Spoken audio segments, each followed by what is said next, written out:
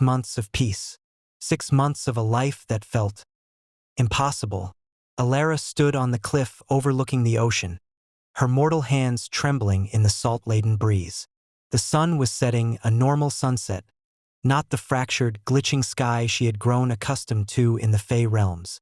Here, in this small coastal town, everything was beautifully, perfectly ordinary. She could feel Kael behind her before she even turned around. Not through some magical bond, those were gone now, sacrificed along with their immortality. No, she could simply hear his footsteps on the rocky path. Mortal footsteps, human footsteps, the sound of someone she loved, approaching. "You're thinking too hard again," Kael said, his voice warm but tinged with concern. He wrapped his arms around her from behind, and she leaned into him. His warmth was real. His heartbeat, steady and mortal, was real. Everything about this moment was achingly, beautifully real.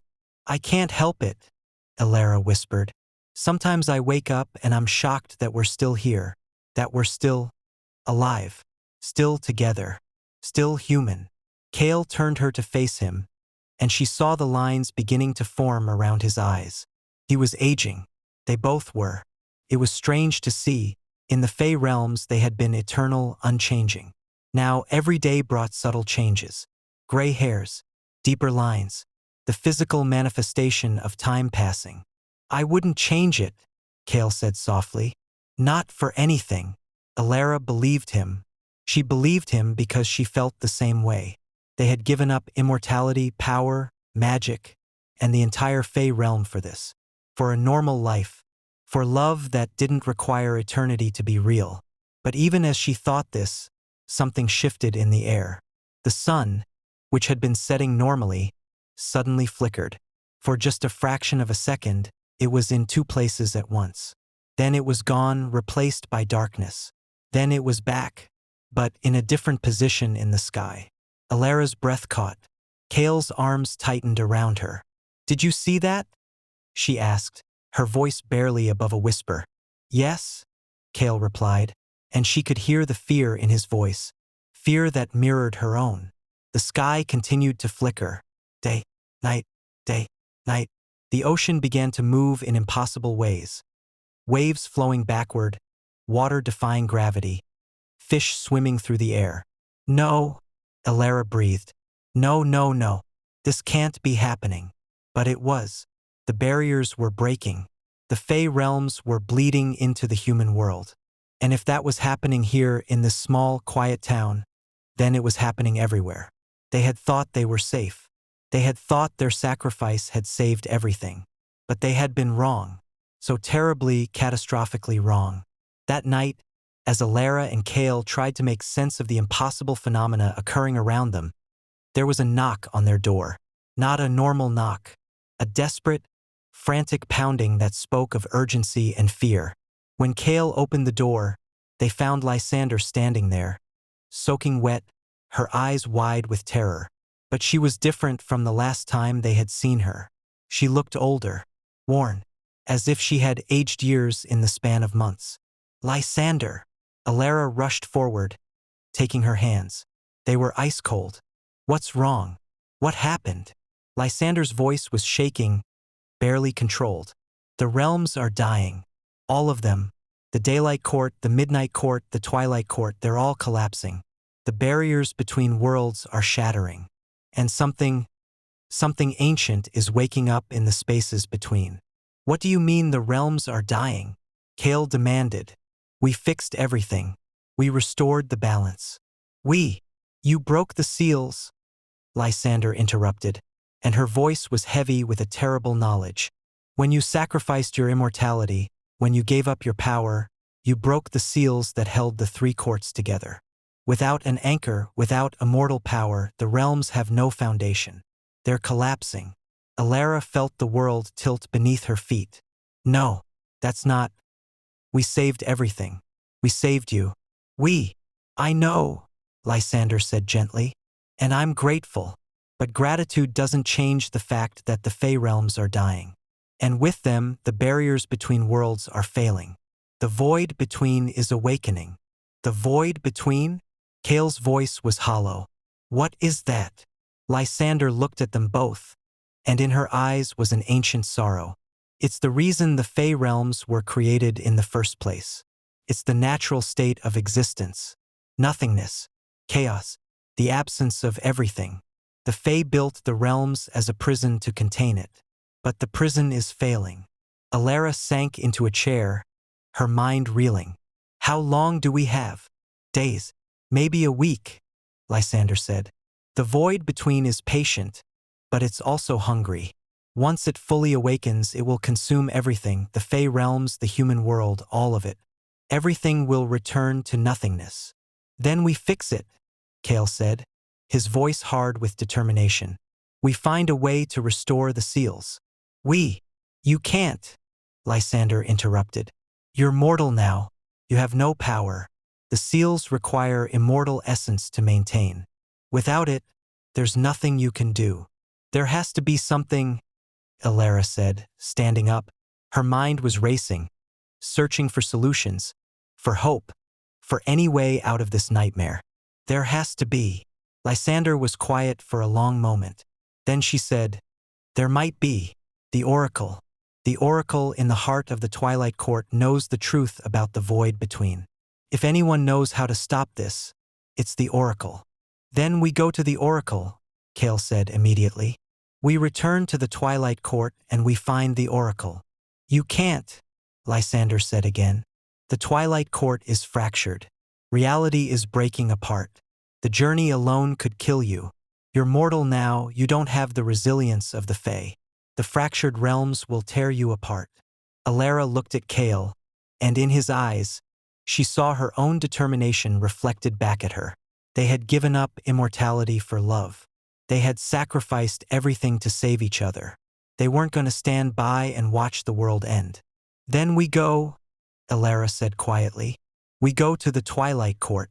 We find the Oracle, and we find a way to stop the void between, even if it kills us. Lysander's expression softened. I was hoping you would say that. The journey to the Twilight Court was unlike anything Elara and Kael had experienced before. Lysander led them to a hidden place, a thin spot where the barriers between worlds were already failing. As they stepped through, reality itself seemed to fracture around them. The world on the other side was a nightmare made manifest. Cities hung upside down in the sky, their buildings defying gravity. Rivers flowed in multiple directions simultaneously. The dead walked alongside the living, their forms flickering between existence and non-existence. Time moved erratically. In some places it flowed backward. In others it stood still. Elara stumbled, and Kael caught her. His hands were shaking. This is the Daylight Court, Lysander said, her voice hollow. It used to be beautiful, golden, full of light and life. Now it's dying. As they moved deeper into the fractured realms, they witnessed horrors that defied description. Fey warriors fought against shadows that consumed them. Children cried out as their homes dissolved into nothingness. The very fabric of reality was unraveling, and with it, the Fey civilization was collapsing. How long has it been like this? Elara asked, her voice breaking.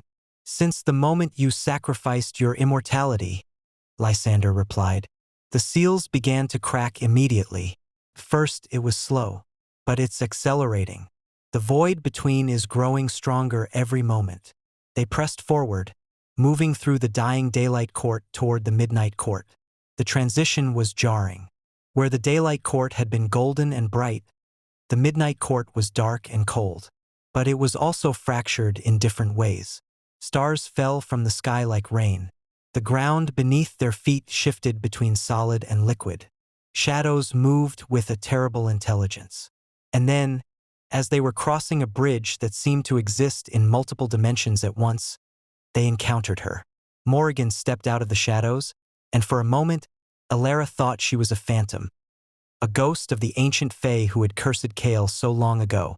But no, she was real. She was just changed. She looked exhausted.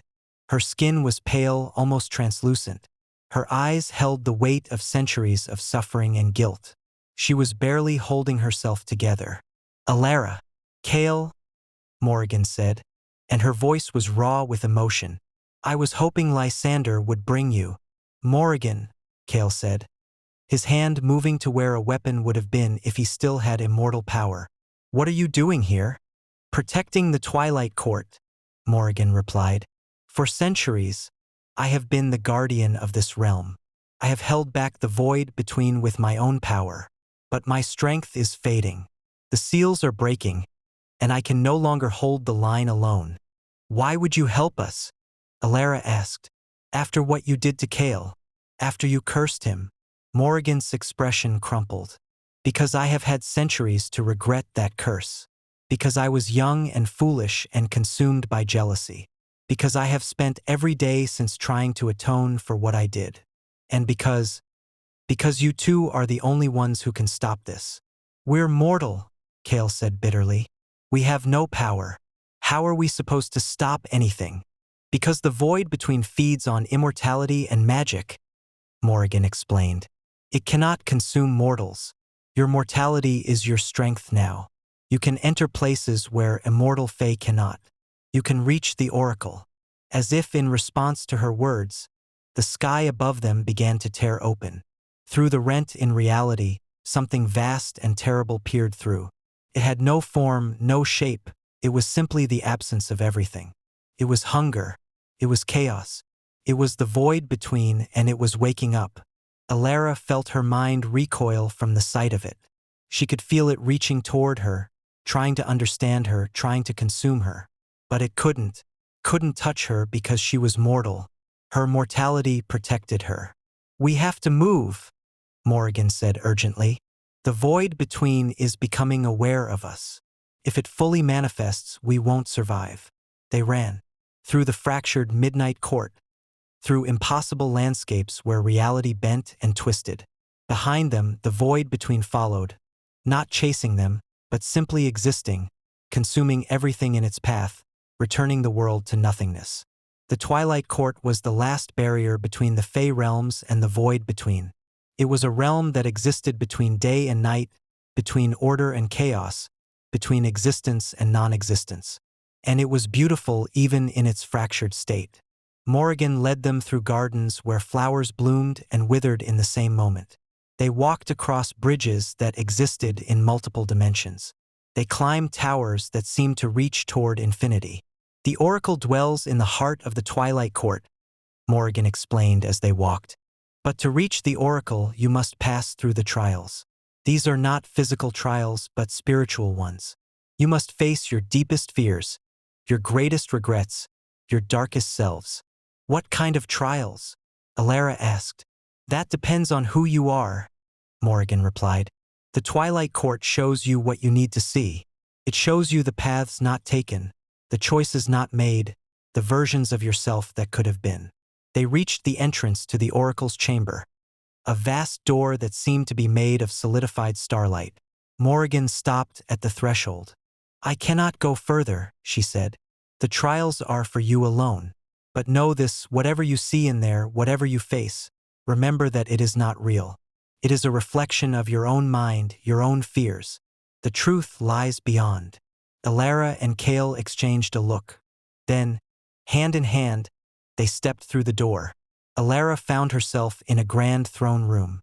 It was the throne room of the Daylight Court, but it was different. It was magnificent. It was powerful. And it was empty.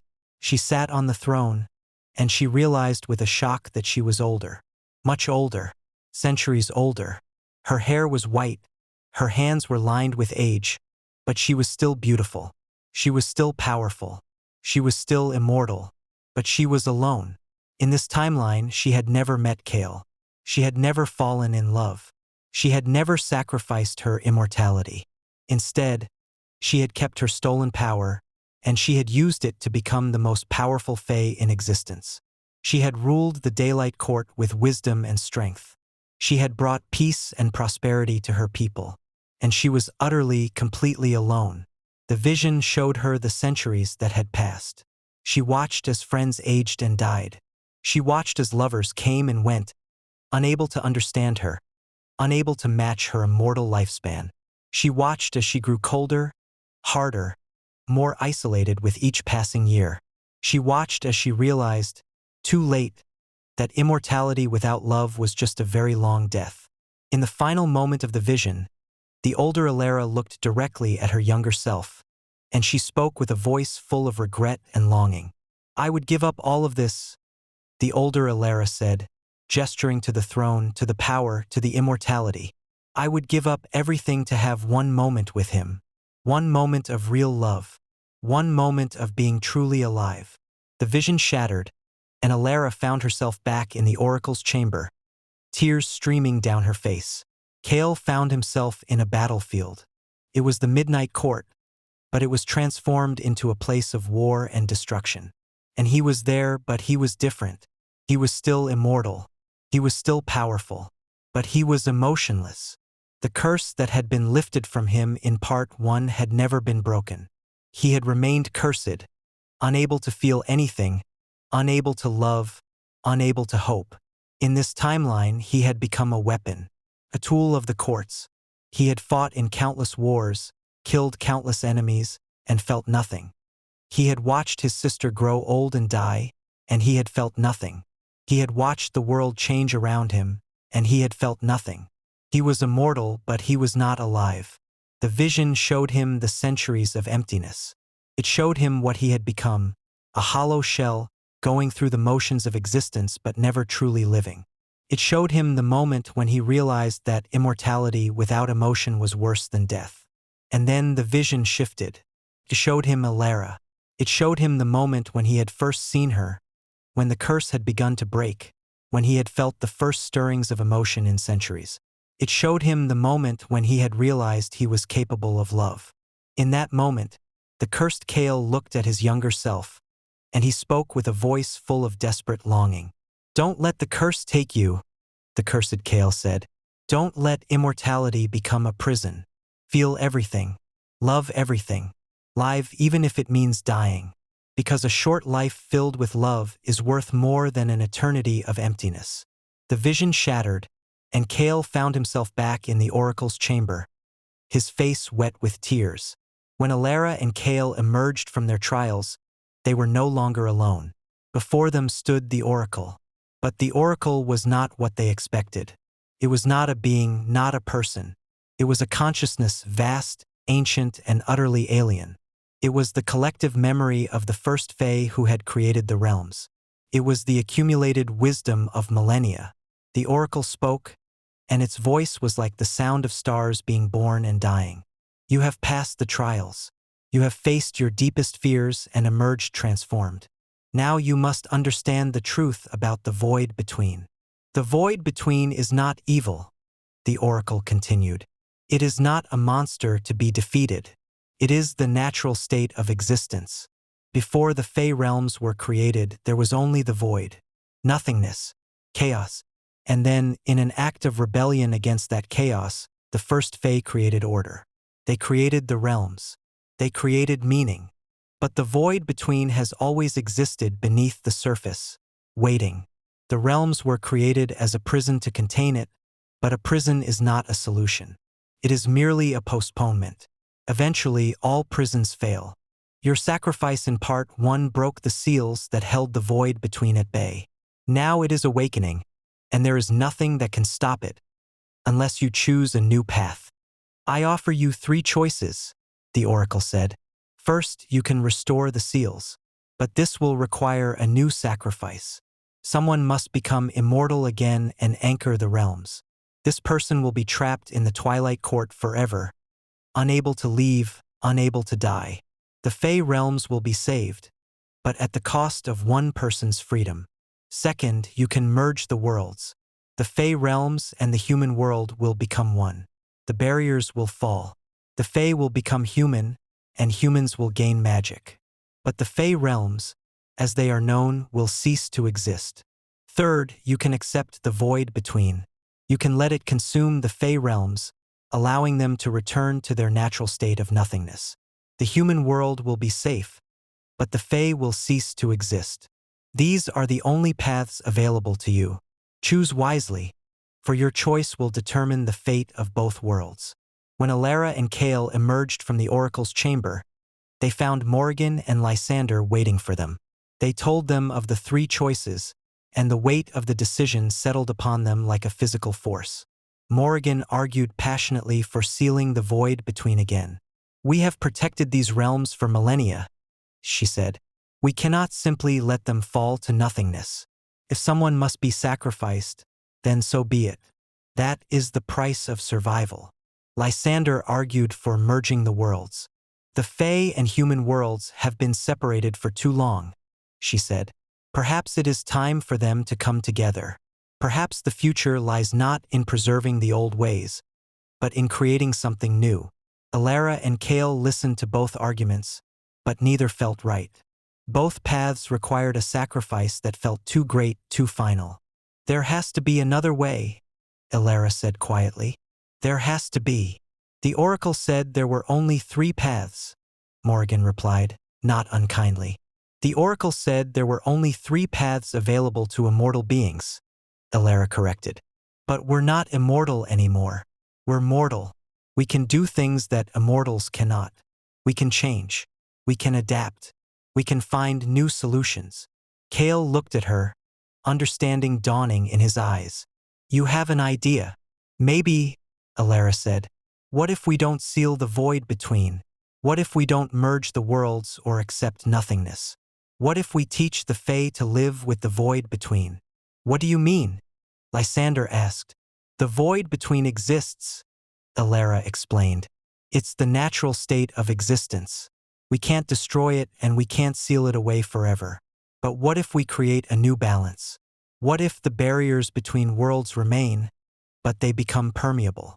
What if the void between exists alongside the Fae realms, not consuming them, but coexisting with them?" "That's impossible," Morrigan said. "The void between is hunger. It is chaos. It cannot coexist peacefully with order." "Maybe not on its own," Kael said, understanding Elara's vision. "But what if something anchored that balance? What if 2 mortals, bound by love, became the bridge between the void and the realms?" "You would be sacrificing yourselves," Lysander said, her voice breaking. "You would be tying yourselves to the Twilight Court forever, just as the oracle said someone would have to do." "Yes," Elara said, "but not in the way the oracle described. We wouldn't be trapped. We would be free to live our lives, to age, to eventually die. But we would be connected to the Twilight Court, to the balance between worlds. Our love would be the anchor that holds everything together." "And when you die?"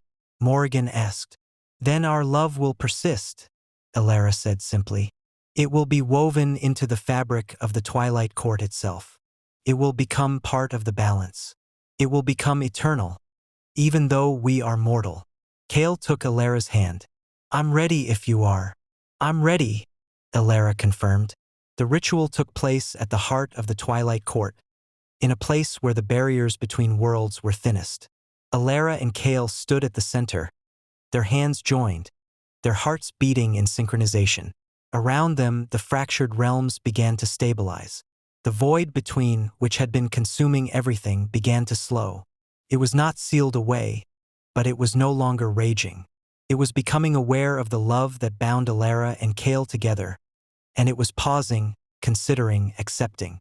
As the ritual progressed, something miraculous happened. Elara and Kael did not become immortal again. Their mortality did not fade, but it transformed. It became sacred. Their love, their mortal love, became the anchor that held the balance between the void and the realms. And as their love wove itself into the fabric of the Twilight Court, something else happened.